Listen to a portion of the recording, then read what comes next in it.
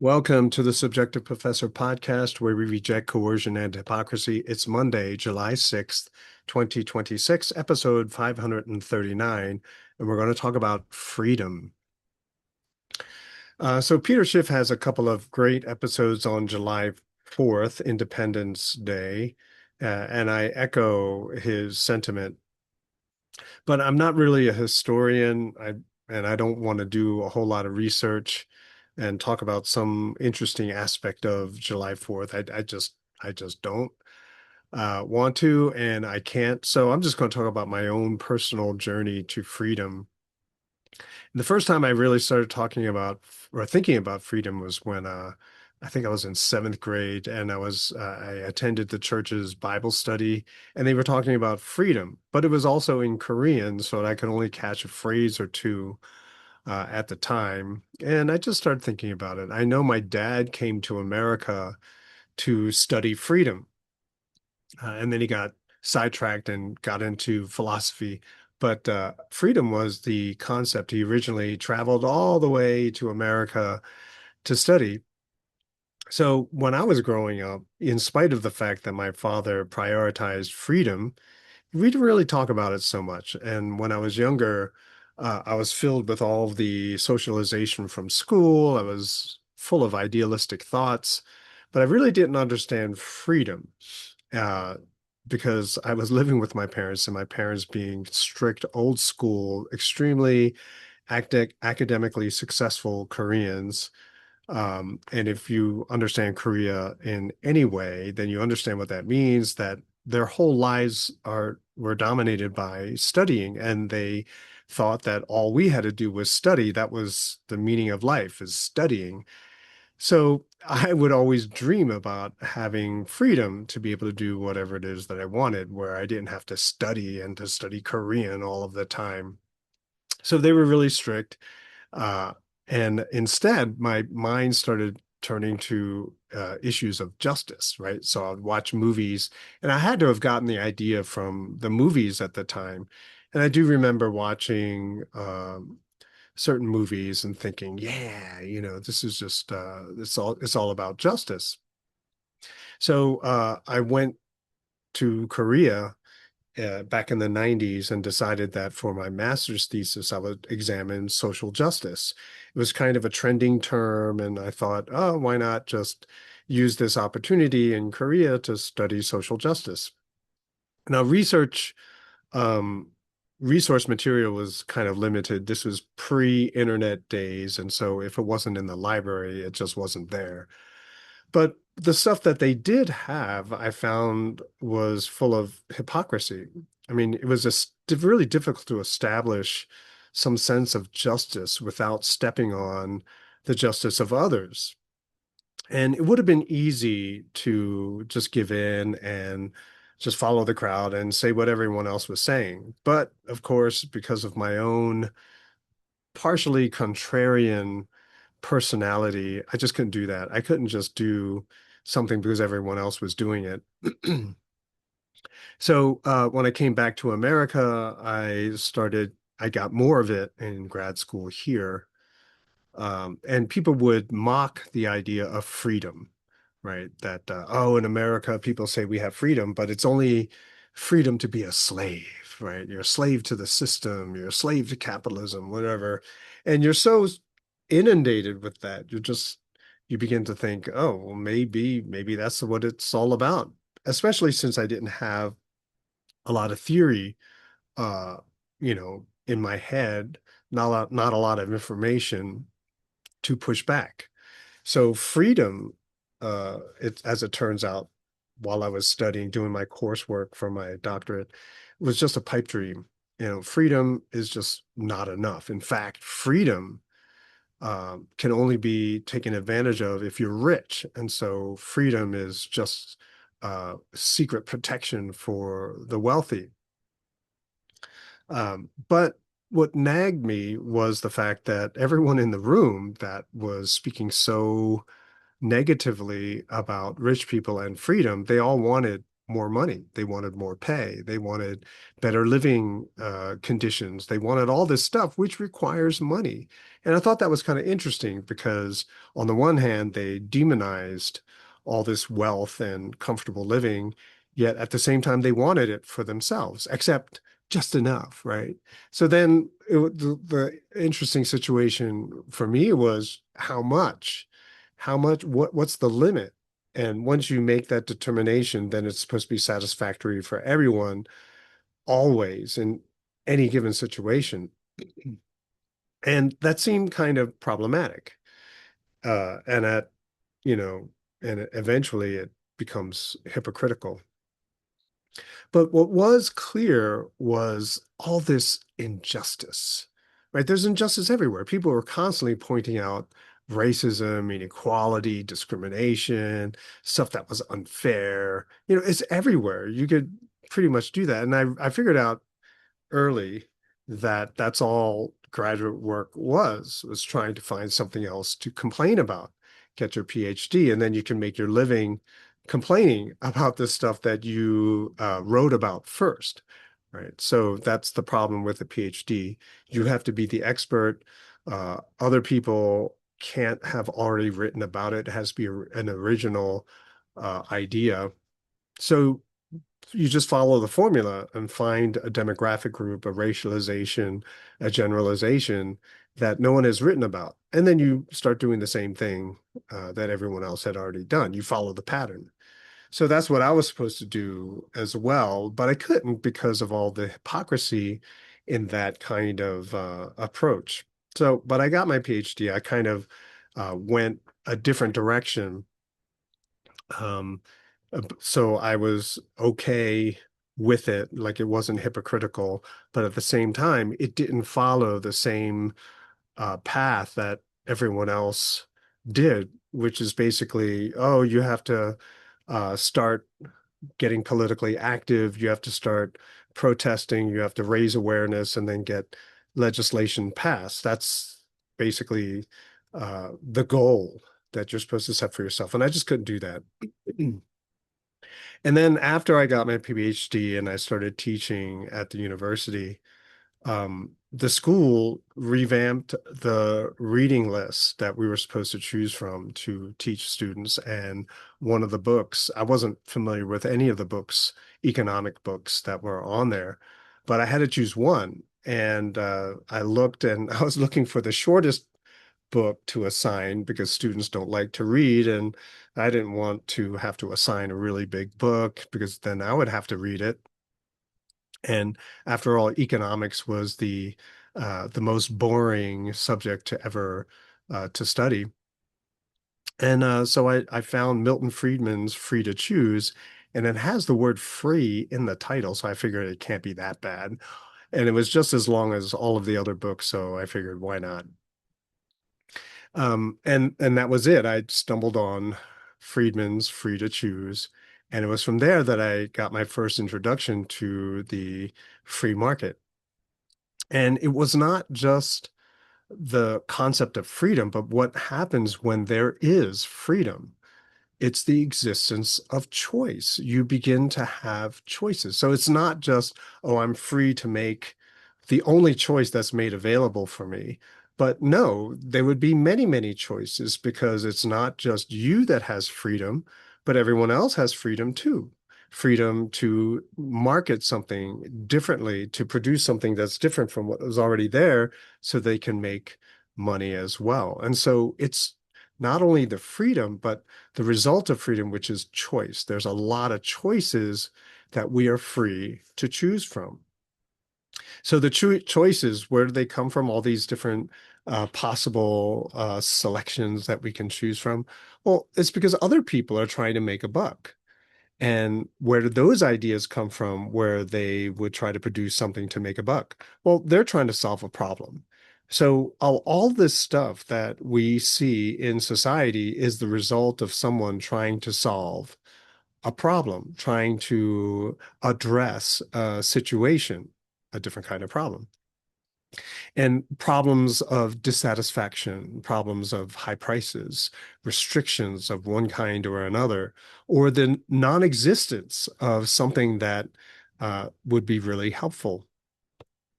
And so why aren't there more? right? Everyone's dissatisfied. Everyone doesn't like high prices. Uh, no one likes restrictions, and I've talked about the kind of people who like this, and they're usually the ones who are going to try to profit from them. But even they, when they have to go shopping, they don't like high prices. They don't like to be dissatisfied. They don't like restrictions. And so everyone across the board desires to be satisfied with low prices and a variety of choices. So why is it that we don't always have this? Why are so many countries in the world, without this kind of freedom and choice? It's because of the government, the state, restrictions on freedom, eradication of freedom.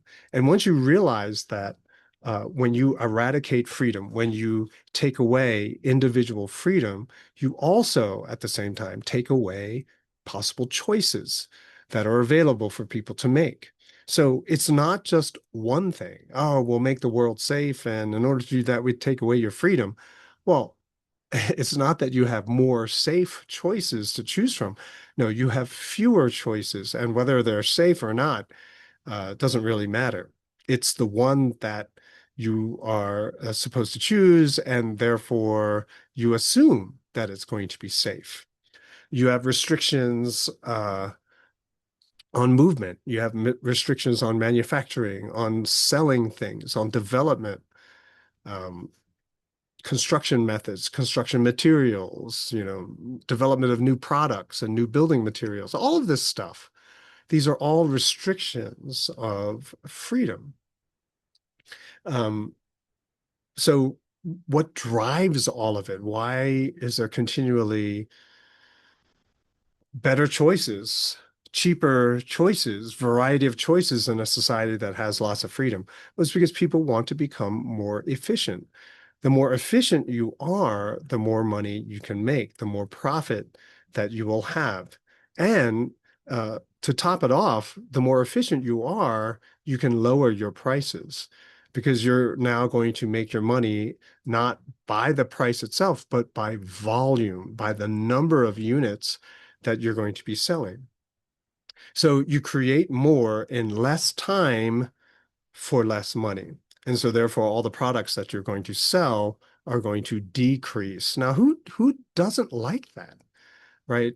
There's very few people who would not like that when you are trying to buy that product. Now, some people, like socialists and Marxists, will complain about the worker, but the worker is also a consumer. The worker also goes out shopping. And so even all of those workers, when it comes to everything else except the products they create at their own job, they want them to be cheaper. And if all the products we buy are cheaper, it means we can buy more. We can do more because we have less money going for the things that we always have to buy, like food and housing. Now, some people try to push back and they say, oh, but you can have too much freedom, right? This idea of having too much freedom.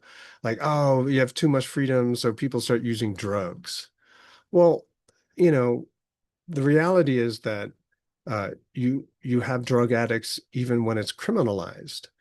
You have people who are abusing and getting access to drugs, even though it's illegal, and the government is actively trying to prevent them from them even being available on the market. And yet you have lots of people who are consuming these things. So let just give people freedom, right? Because the attempt to control people is it's not working out, and you have lots of people dying anyway. So by having more freedom, then you take away mis that mysterious attraction of, ooh, this is illegal, and so let's try it.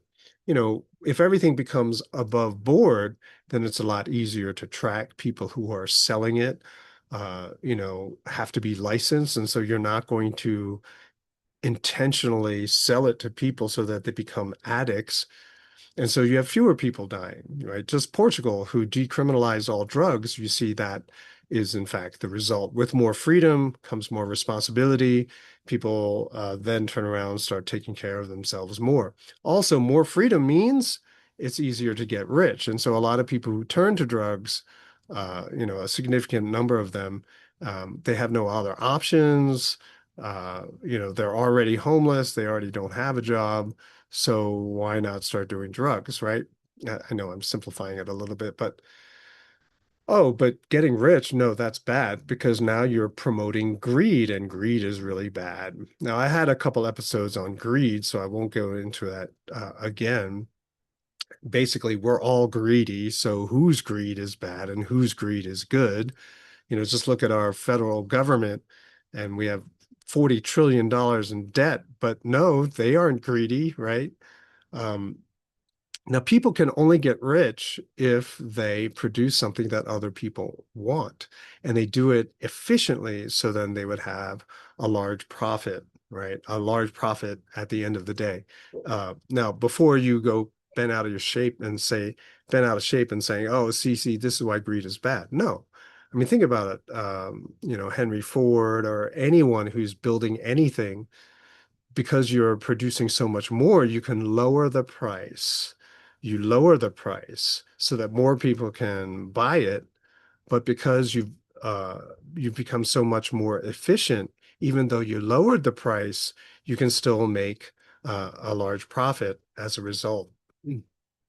And so you have better products, you have more continually advancing products, and people love it because they can now afford it.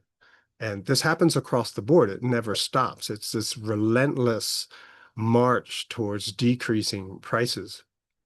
And we see this everywhere. DVD players, when they first came out, were $10,000. Now, I don't even think they sell DVD players anymore. They were giving them away uh, for free. If you bought a TV, then they throw in a DVD player, right? So, um, at one time you might have been upset by all the people who got rich selling DVD players, but now people don't even buy DVD players. Now, you might say, oh, too much freedom, all this efficiency means that a lot of people are going to lose their jobs. Poverty, but no, people find better jobs. It's like when the tractor to harvest crops was invented. Well, you needed fewer people on the farm. It's not that all these farmers went unemployed and so now they're homeless and whatnot. No, they got better jobs, jobs that in road construction, so that all of the food that was now grown at the farm, the increased production on the farm, can now make it to market uh, quicker, easier. Then you need people to process all of the food. You need people to work at the stores that are going to be selling the harvest at all of these stores. You need people to handle logistics, people, truck drivers, all this other stuff. And so people find better jobs than the original farming job that they had, plus all the construction that needs to happen, the buildings and the homes, et cetera, et cetera. What about affordable housing, right? If you give people too much freedom, then no one will be able to afford houses. No, affordable housing means that the prices of the homes go down as well.